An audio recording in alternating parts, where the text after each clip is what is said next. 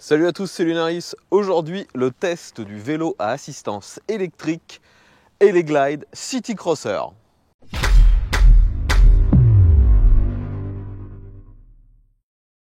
Donc les amis, aujourd'hui, vous l'aurez compris, on se retrouve de nouveau pour le test d'un vélo à assistance électrique. Et aujourd'hui, on est d'ailleurs sur un vélo qui a la particularité d'être totalement homologué et légal sur nos routes, ce qui est plutôt rare finalement sur ces vélos qui nous viennent de Chine. Donc vous voyez le vélo juste derrière moi, il s'agit du Eleglide City Crosser et comme son nom l'indique, c'est un vélo qui est vraiment construit pour être un vélo urbain. Alors moi, comme d'habitude, à chaque fois lorsqu'on me propose des choses faites pour la ville, c'est un peu compliqué à tester vu que j'habite à la campagne en Normandie. Donc j'ai fait de mon mieux et je l'ai utilisé aussi bien en ville que aussi dans des bonnes pentes. D'ailleurs, vous verrez dans cette vidéo pas mal de plans qui ont été faits avec mon frère. Si vous voulez en voir plus, d'ailleurs je vous mets un lien vers sa chaîne. Donc revenons sur ce vélo. Je vais m'approcher et vous le montrer plus en détail. Donc vous voyez qu'on est sur un vélo, pour le coup, ce coup-ci qui n'est pas pliant, contrairement à la plupart de ce que j'ai testé. On est sur un vélo de la marque Eleglide qui m'a été envoyé par le site de vente Geek Buying. Ce n'est pas la première fois que je teste un vélo de cette marque, j'en ai déjà testé deux autres, mais c'est la première fois que je teste un vélo vraiment pour la ville. Donc ce City Crosser a plusieurs particularités. Déjà, on a, vous le voyez, un cadre en aluminium avec une très jolie finition blanche et bronze doré. Vélo à assistance électrique bien sûr, donc on retrouve une batterie. Celle-ci fait, que je ne vous dise pas de bêtises, 10 ampères-heure, ce qui donne sur la fiche technique 75 km d'autonomie. Alors moi je n'ai pas pu le pousser au bout de l'autonomie de la batterie, mais je peux vous assurer que même en plein hiver, par -5, 30-40 km, vous n'avez même pas bouffé la moitié de la batterie. Pour le coup, ça c'est plutôt une bonne surprise. Comme je vous disais, on est sur un vélo complètement homologué. Pour le prouver, on a ici la petite étiquette avec la norme d'homologation juste derrière. Donc, on se retrouve bien sûr avec les caractéristiques propres au vélo homologué. Donc, un moteur ici de uniquement 250 watts. Comme d'habitude, les données, ce sont des puissances nominales. En réalité, lorsque vous forcez, le moteur, lui, peut monter jusqu'à 400 watts. D'ailleurs, c'est une des particularités de ce vélo, bien qu'il ne soit qu'à 250-400 watts, eh bien, il a vraiment de la patate. On l'a testé avec mon frère, même dans des fortes pentes ici à la campagne, et franchement, le vélo monte très facilement jusqu'à une vingtaine de km/h, même dans des pentes à près de 10%. Là, j'ai vraiment été bluffé. Ce petit moteur marche très très bien. Vu qu'on est sur un vélo de ville, il n'y a pas réellement de suspension. Tout est rigide. On est plus sur une fourche type vélo de route. Et à l'arrière, pareil, tout est rigide. Il n'y a pas réellement de suspension. Néanmoins, le vélo est quand même assez confortable.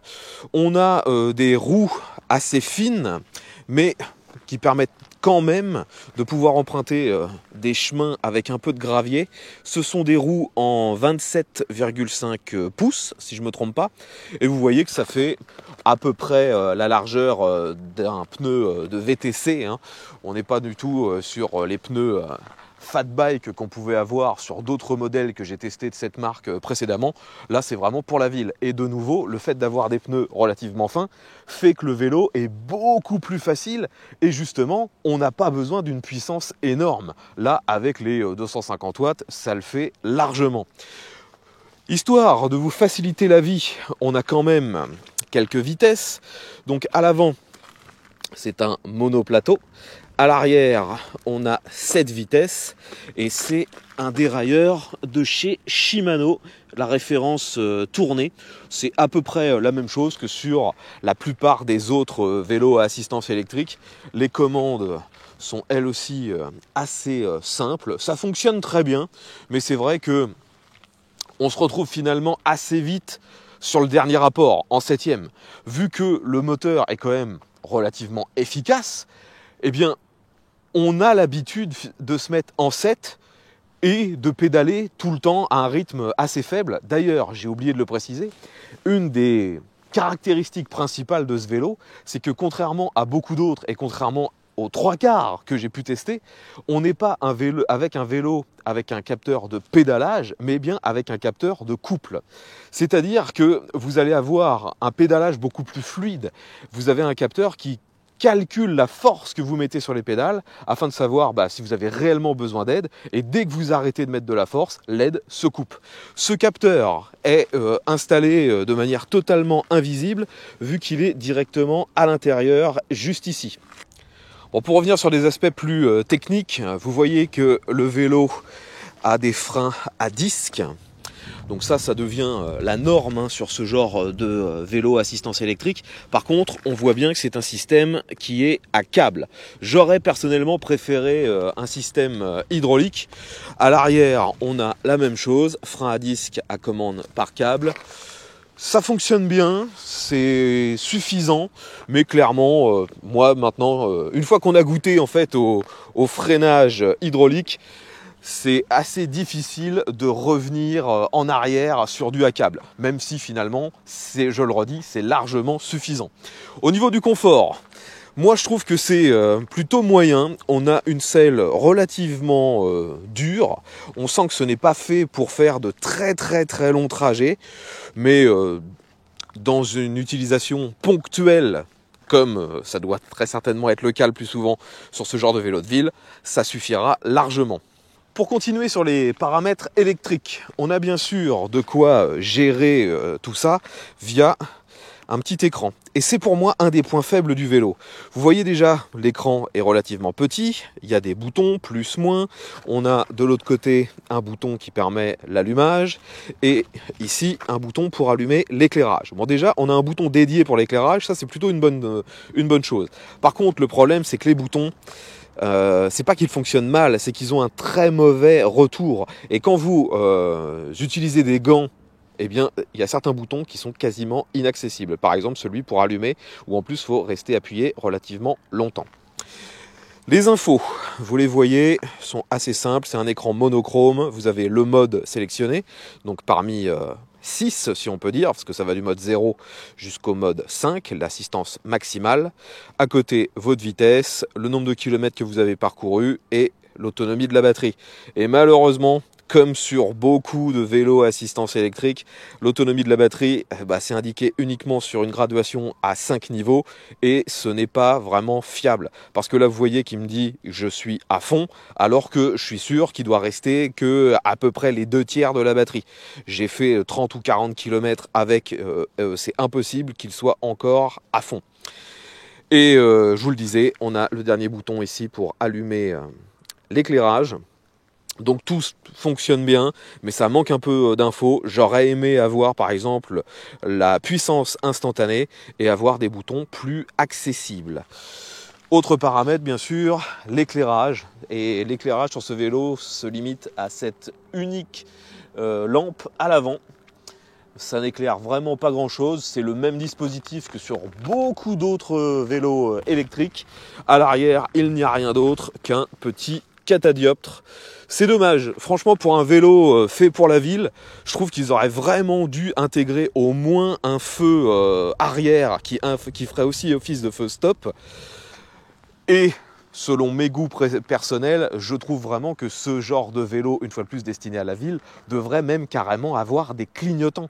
Je sais qu'au niveau réglementaire, les vélos, même homologués, ne sont pas tenus d'avoir des clignotants, mais franchement, je trouve qu'au niveau sécurité, ce serait tellement mieux.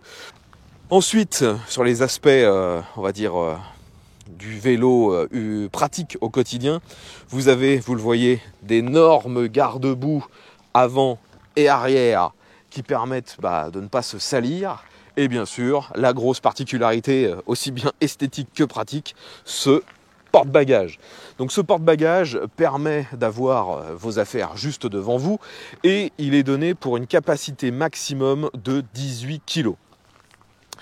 Personnellement, j'ai roulé avec mon sac chargé de peut-être 6-7 kg de matos et déjà on sent que ça joue forcément sur notre sensation à la direction.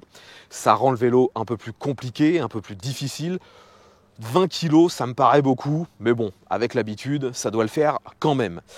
Concernant les autres caractéristiques du poids, le vélo est capable de prendre une charge maximum de 120 kg et ce vélo fait 22 kg. Ce qui finalement n'est pas trop lourd par rapport aux autres vélos Eleglide que j'ai pu tester, qui eux faisaient plutôt entre 25 et 30. Les amis, il y a une caractéristique de ce vélo que je n'ai pas testé, justement parce que je voulais que ça reste légal.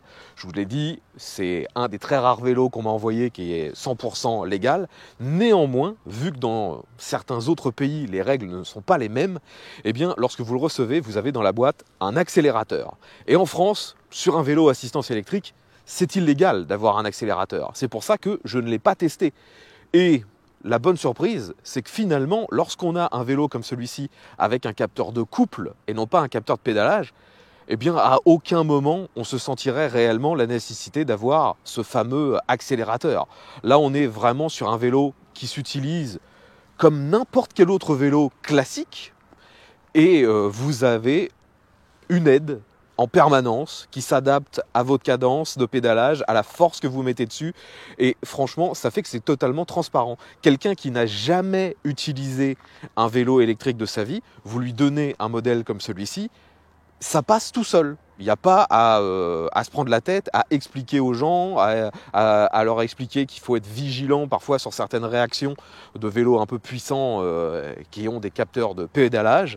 Là, avec le capteur de couple, c'est vraiment hyper fluide, super facile à prendre en main. Et c'est une des grosses forces, clairement, de cette machine. Bon, finalement, les amis, que retenir de ce Eleglide City Crosser? Déjà, première chose, je trouve que la finition est vraiment sympa.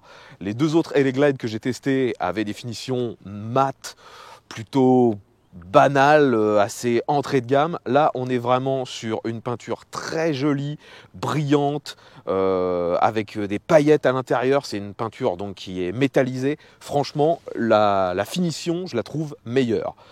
À l'utilisation, si je le compare par exemple avec le Eleglide T1 qui lui avait un capteur de pédalage et non pas un capteur de couple, eh bien celui-ci paraît plus puissant et plus facile, plus léger. Bien sûr, celui-ci ne peut pas du tout faire de tout-terrain, hein, c'est pas du tout son domaine de prédilection, là c'est pour la ville, mais en termes d'efficacité, finalement, ce City Crosser est plus facile à prendre en main et semble plus puissant, alors que sur la fiche technique, il l'est moins. Au niveau du tarif, ce vélo est bien sûr disponible sur le site de Geekbuying pour 1050 €, frais de port compris bien sûr.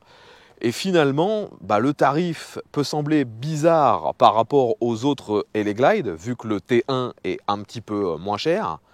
Mais si on le compare aux autres vélos de marques concurrentes, eh bien, il est vraiment très bien placé. D'ailleurs, je vous renvoie à la vidéo qu'on a fait avec mon frère, où lui était avec son vélo personnel qui n'est pas électrique. Eh bien, son vélo coûtait quasi le double de celui-ci, alors qu'il n'a pas non plus des périphériques d'un niveau dingue. C'est pas un vélo de compétition. Donc ça vous montre bien quand même que pour 1050 €, on a quelque chose qui semble de qualité. Enfin voilà les amis, je pense maintenant avoir fait le tour de l'essentiel des caractéristiques de ce City Crosser. Si vous avez des questions, l'espace commentaire est là pour ça. Si vous possédez déjà ce vélo ou si vous avez pu tout simplement le tester, donnez-nous votre retour dans les commentaires, ce sera très apprécié.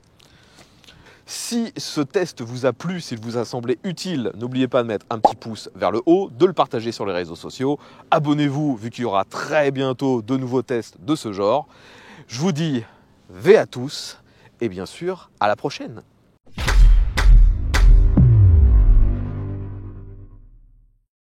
Dernier petit point de détail sur ce City Crosser, vous voyez qu'il y a un contacteur à clé juste ici et en fait la clé sert uniquement pour pouvoir désolidariser la batterie du cadre. Ce n'est absolument pas un coupe-circuit.